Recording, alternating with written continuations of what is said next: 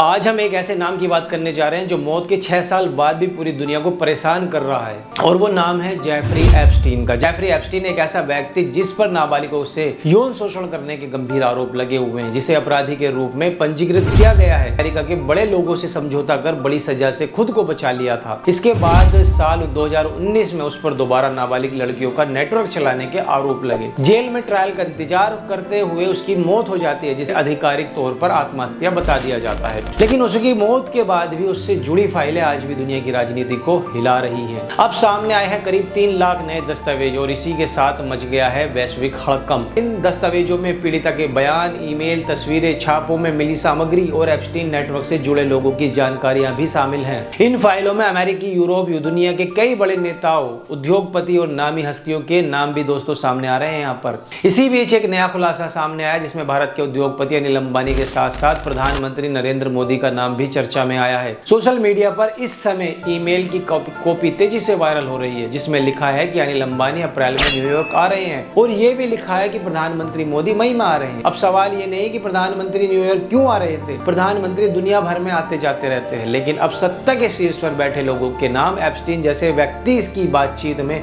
दिखाई देने लगे तो सवाल उठना लाजमी है, और सवाल पूछना किसी भी तरह से देशद्रोह नहीं होता। इससे पहले भी कई ईमेल सामने आए थे जिसमें एप्स्टीन और अनिल अंबानी के बीच बातचीत का जिक्र था। इस बातचीत में एक लंबी स्वीडिश गोरी सुनहरे बालों वाली महिला की पेशकश का उल्लेख भी किया गया था। दोस्तों, दस्तावेजों के अनुसार 2017 से 2019 के बीच एप्स्टीन और अनिल अंबानी के बीच कई बातचीत हुई, जिसमें कारोबार, वैश्विक मुद्दों और महिलाओं को लेकर चर्चा भी शामिल थी। एक बातचीत में अनिल अंबानी ने एप्स्टीन से सुझाव मांगा, जिस पर एप्स्टीन ने जवाब दिया कि मुलाकातों को मद्देनजर बनाने के लिए लंबी स्वीडिश गोरी सुनहरे बालों वाली महिला बेहतर होगी। इसके जवाब में अनिल अंबानी ने तुरंत इंतजाम करने को कहा। इसके बाद एप्स्टीन ने यह भी लिखा कि अगर किसी और से गुपचुप मिलना हो तो कभी भी बताया जा सकता है। अब एक बार फिर वही ईमेल सोशल मीडिया पर वायरल हो रहे हैं, जिसमें अनिल अंबानी और प्रधानमंत्री मोदी की यात्राओं का जिक्र है। इसी के साथ राजस्थान की उप मुख्यमंत्री और जयपुर राजघराने की राजकुमारी दिया कुमारी के बेटे पद्मनाभ सिंह को लेकर भी सवाल उठाए जा रहे हैं। साथ ही साथ कांग्रेस नेता पवन खेड़ा ने आरोप लगाया कि पद्मनाभ सिंह का रोम में मनाया गया जन्मदिन और एप्स्टीन से कथित संबंध सवालों के घेरे में है।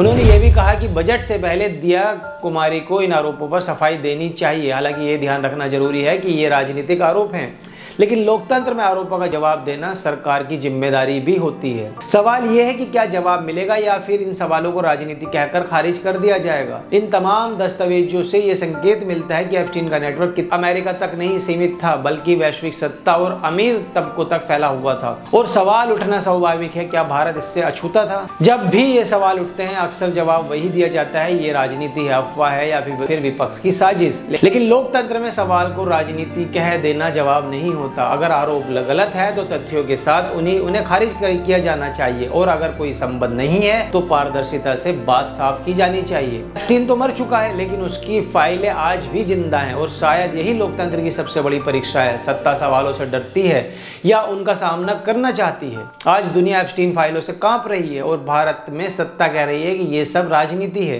लेकिन जनता पूछ रही है, क्या अगर राजनीति है तो जवाब क्यों नहीं देते? एप्स्टीन की मौत 6 साल पहले हो चुकी है, लेकिन उसकी फाइलें आज भी सत्ता की नींद उड़ा रही हैं। सवाल भारत में भी है, लेकिन जवाब अभी तक सामने नहीं आए।